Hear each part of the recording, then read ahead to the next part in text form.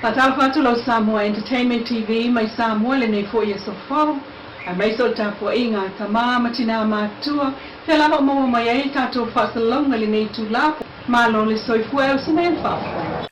E tolu tu fa masino le mata upu al HRPP fa asanga. Ile fonga fetalai o le mota na finau I lumol fa amsinu sili. Justice Perese ile asolulu o le vai sonei tol sfulu aprila. E tolu fo I ngol tula fono fa vai nga lima valu pui tasi, lima valu pui lua mal vai nga tansi oiva pui lua. Na mafuli I fina nga I tu fa amasino I tolu. O le mta upu leo lo tua I le HRPP. E soli tula fono le palo to le fonga fetalai o le mota. Le sunga pali ili o ta eumas pau, ile palo ta lena pasi ai le teuteunga. O le vaengo tula fono fa vai o Samoa, ia fe puali lua ono lua o lua lima. Po le Constitution of Samoa, the Amendment Bill lua o lua lima. Na taun uai, fai ungol palo ta ile tolu ono ile sfulu ono. Peita elfam sinongan tato mo le mawinai e tofu lava le tu fa amasino o itu e tolu, malo ia palangi mai fafo e au fia ile la tu lo tu lai mo le fon fetalai o le loia sili ma le tu le HRPP. Mai tawina fo ile tultu loa lava o le vaenga lima valu pui tasi ma le lima valu pui lua o tu la fono. Vaenga lima valu pui tasi o tala noa ile pasia lava ele fono fai tu la fono o ana mata upu e fai pule o iai le taimi e whaapalo ta ese mata upu. Vaenga lima valu pui lua o mafuli iai le finau alo ia le HRPP o lo whaapea mai e le palota le fonga fetalai po lo na sui e se palota e sa ili ai se whai unga vanga na ua tutusa palota ona whaato a palota leo le fonga fetalai mo se taunu unga o le namta upu wha palota. Peita ele vaenga tasi o iwa pui lua o le tula fono wha vai o lo finau mai ai lo ia a le fonga fetalai o whaapea mai o le wha mao ninga a le fonga fetalai o se pili ua pasia I lalo le pui tasi o le whaai unga fo I le nā. E le tatau, ona fasilingia I so se whaamasinonga. O whaatali nei, whaai unga le fionga le whaamasinosili, Justice Perese. O tuato le poto whaamasino lea na whiutana I ailo ia o tūlai, mo le sunga papali I sia fike au le vai sonei.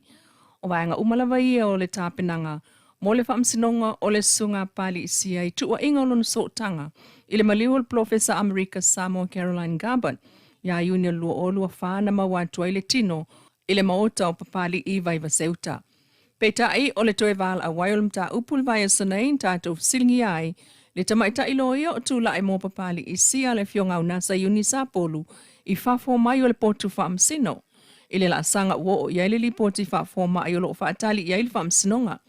O lana tali, sa tāo fiel kom sina langolango o mtanga luenga o leo leo mfalpuipui, le sunga afamsanga Samuelu, le li poti a le fōmai. O le fōmai lava le nā le sunga le ausa Dr. Takena Seri, e wa aia pango tau le falpuipui, na wa aia tuai fo ima papali isia, ua whaalua o na wa aiai, peitai. Ua tātia fo ilan tāl sanga e whaamatua ne ai whaamomonga whaapea, mola na ia fo ipito la au, mai o le tūlanga fo ile nā, lea ua iai nei. O le sono o masina nei o meu to e tua tu iai leisi vaenga lea o le tāpenanga mo le whaamsinonga au tū, e au fiai le li poti whaafo mai o le o tua ia. Tala turi loa le tau le swau il nei fo masina o me lo nā Samoa mua, pentuina mai lalo le whautuanga mtanga luenga o tupe. Ua pa ua nei le fitu tesi ma le lua sene le lita pensini, lima tesi ma le fitu sene wa pa ua le lita kiso. Mataunu uai I o lātou tau fau, mo le masina le nei o me, e o atu ilona whaai unga, o le pensini e tolu tāla ma le lua sene le lita, o le kiso e tolu tāla sfulu tasi sene, ma le kalasini, e lua tesi ma le fitu sene, e lua tāla fitu tasi sene I le lita. O leo le ofisa o leo I a whenga, na tali ane I le wala au le ainga mai a le sa, le ana whaate ia I le afiafi pō na nafi, I le si itawa atu I ai o ni tangata na malanga atu I le taawale van. I le mōli mau o le tamai ai o ane na o tātou whisilingia, o lana whanau la iti o na o le tau whetuli mo whe I le fefe, ina o langona le pā o le whana, o le tau ai atu o le lātou whale I maa, ma tete mua I lo lātou ainga le whaate I te I o leo sfainga. E siliel se fulu tangata na iai I lo lātou whale I lea taimi, o ia malonto o lua malana whanau teine, ma whanau o lana whanau lea sa na o le whe le fefe. Na lato vala au leo mo se fisosoani, mo o ane ai leo e to alua o le ofisa o leo i a whenga. Pe ta ia leise isi nā whaina i maa na tau ai atu ai i alo lato fale, vanga nāla lato ta vale, sa oso i tua male awala. Ai o le whaamata ua whaia i lona ainga e le fau, e pe o le lui atu pe mana nao, e oe au maitanga tolo lato nu e susunu lato, e pe o na mori mawina e le tamā le ainga. O ta uel tama e a fua mai i lau ele o le malo, o lo o lato nofo lisi ai, mai sa amata tutongi a lato lisi i le tangata sa whaapea o ia e ana na whanua, peitai. Muli ane, mo o atu le lato mta upule a tau lisi o whanua, i le ofisa o whanua le malo.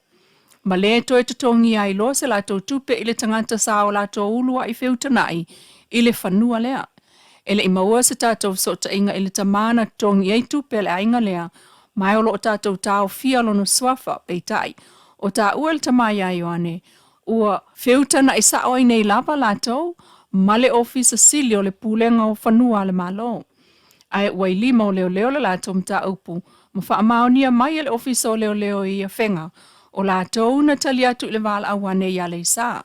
Ai o whaamtalanga e whaamatu umai e le komisina e tu sai o le ala o mea. O se taimi maua mai se tali mai le ofisa au tui e pia pe ono tātou silingi ai le sui komisina o leo. Pe ua iai nisi ua molia i lea whainga tau whaamatau. Ai pe whaatu la whanoina fo ili la au malo sina whaapa ai. I le si o manga o lea ainga.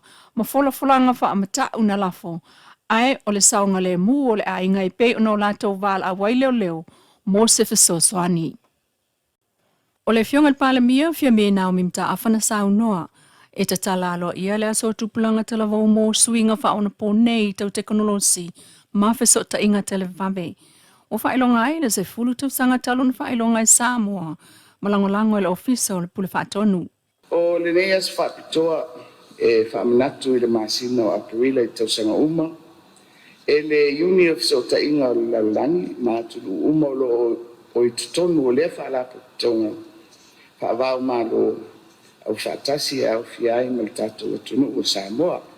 O le tausanga le nei, ua whaamaitea i Samoa se swinga fōu. I le nei aso e whaapito au ngafa mo na o talabou tamaitai. Ai ua au fiai ma talabou wali. Ina ia na i malosi le whiau ma le au tu o le nei tausanga e whaapea. O swinga whaau na po nei tau teknolosi ma fiso ta inga telebavave mo tangata uma.